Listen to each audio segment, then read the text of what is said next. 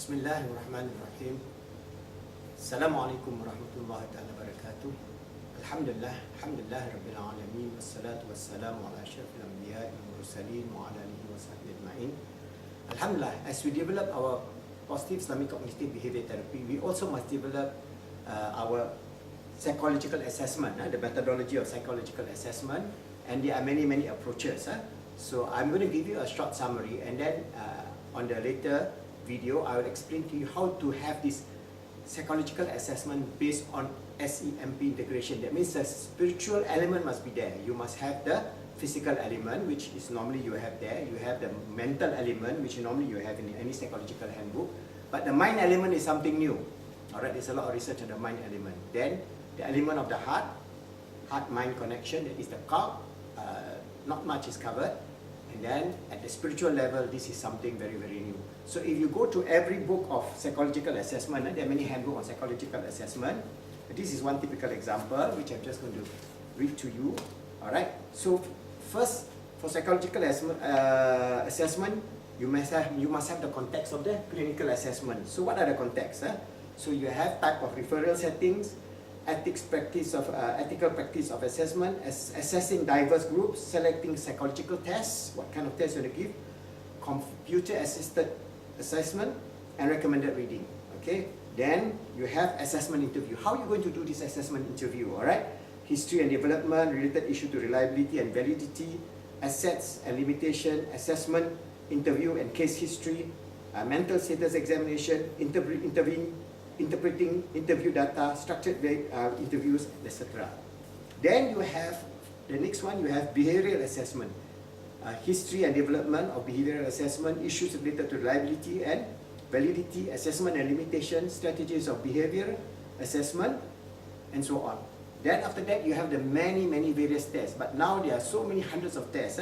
You have the Wechsler Intelligence Scale Test. You have the Wechsler Memory Scale Test. You have the Minnesota Multi-Phasic Personality Inventory. You have the Milan Clinical Multi-Action Inventory. You have the California Psychological Inventory. You have the Rorschach Test. Okay, this ink block test.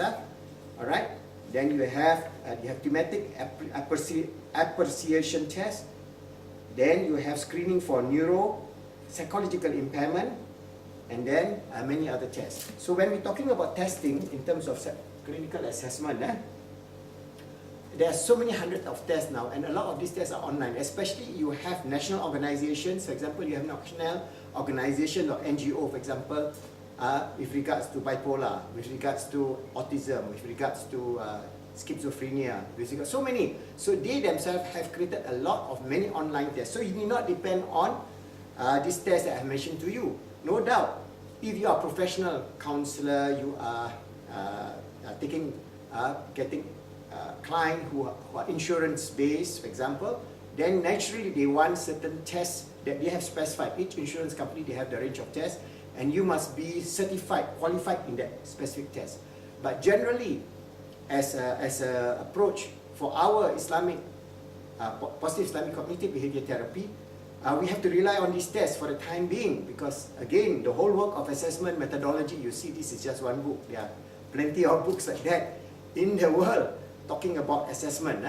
But again, the assessment is limited to the biological, psychological frame of assessment. That's why we have to develop a research base where we have this, I keep on actually mentioning, SEMP integration, spiritual, emotional, mental and physical integration, even into our assessment. Because how are you going to assess? Because if you don't take the emotional element that relates to the heart, as well as the spiritual element that relates to the spiritual practices and our connection with Allah or with God. So what is important is we just have a framework. I'm going to give you a certain framework to work on, and then I will add on the Islamic elements or the spiritual elements, the cult element, and then this could be a basis for your research. As I'm saying, this is not something that can be done immediately. It may take 10 years of our own Islamic group of cognitive behavior therapies, positive Islamic psychology research center to do this. Okay, and then come up with an equivalent test that is very valid and it can be spread over the whole spectrum within the psychological problems that Ummah is facing as well as humanity in general. So if we go to this purpose of assessment, first we have to understand the person. And that's why in the first R we are talking about is the realization. You must realize first who you are as a counselor, as a therapist, as a life coach. So if we are tackling at this first level, our approach in positive Islamic psychology, cognitive behavior therapy approach is basically we are talking about life coach first. We are not going to go to heavy duty certified counselor, psychologist, psychiatrist and so on, because those levels are much more require licensing and all kind of other legal requirement.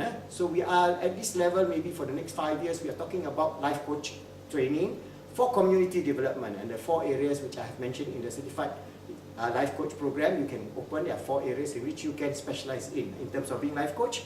That is good for community development, mosque development, health, mental health assistance at mosques, community centers and so on. So we have to understand the person, then through the various tests we have to predict the behavior, then we plan the treatment, then evaluate the outcome, treatment outcome. So this is the flow, which is quite easily understood. And at this level, we would then be able to do all the kind of tests. As I mentioned earlier, there are hundreds of tests now where you can do online and the result is within 1 or 2 minutes. You can get the result almost immediately, so there's no problem. But you don't want to do online, then you can have those various other tests which I have shown you in my previous video. But you can use those tests, and then you can use that assessment of the test as a basis of a Q&A in terms of your assessment, in terms of clinical assessment.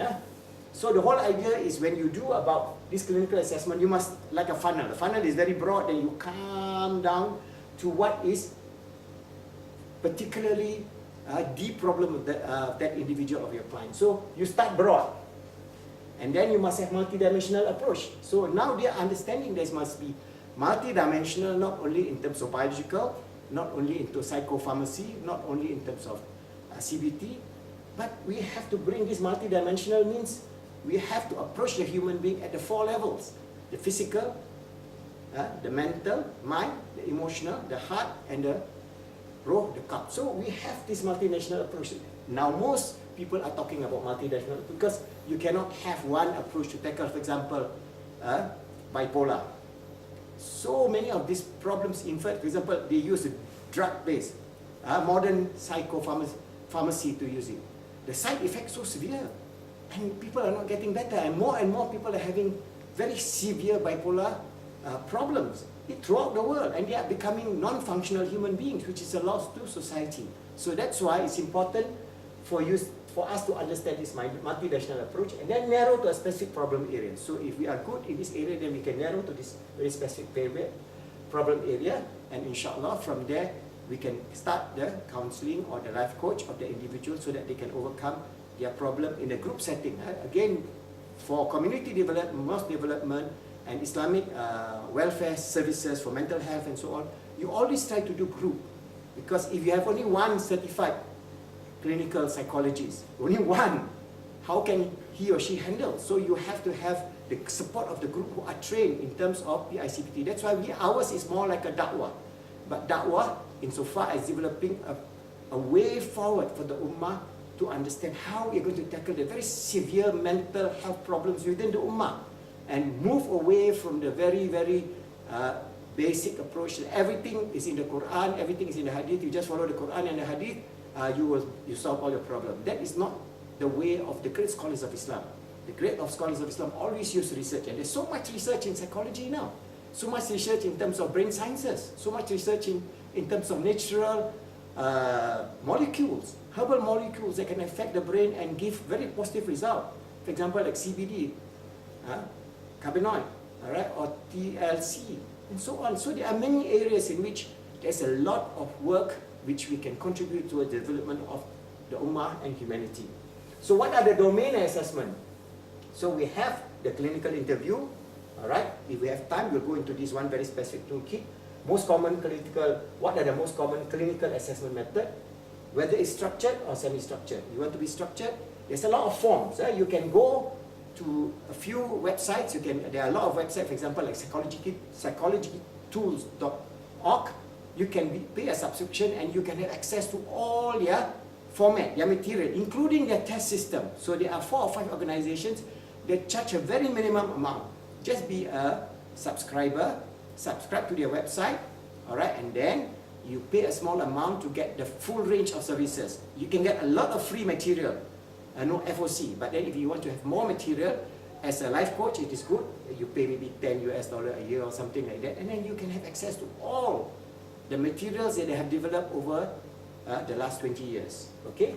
So then you have this mental status examination in terms of appearance, behavior, and behavior thought processes, mood and affect, intellectual functioning, sensorium, what are the sensory perception that is within the body, whether it's catatonic and so on. And then you have the physical examination. So you can see from here, you have the physical ring, you have the mental ring. You don't have the mind. Alright? You don't have the row. So as we develop further, I'm going to give you more and more of this understanding. So this is the first toolkit in terms of clinical assessment, and we'll maybe have other videos as a subsequent to this, so that we can give you a basis for us as Muslims to develop our own psychological assessment methodology that is valid, that is good for the development of mental health of the Ummah in the 21st century, inshallah.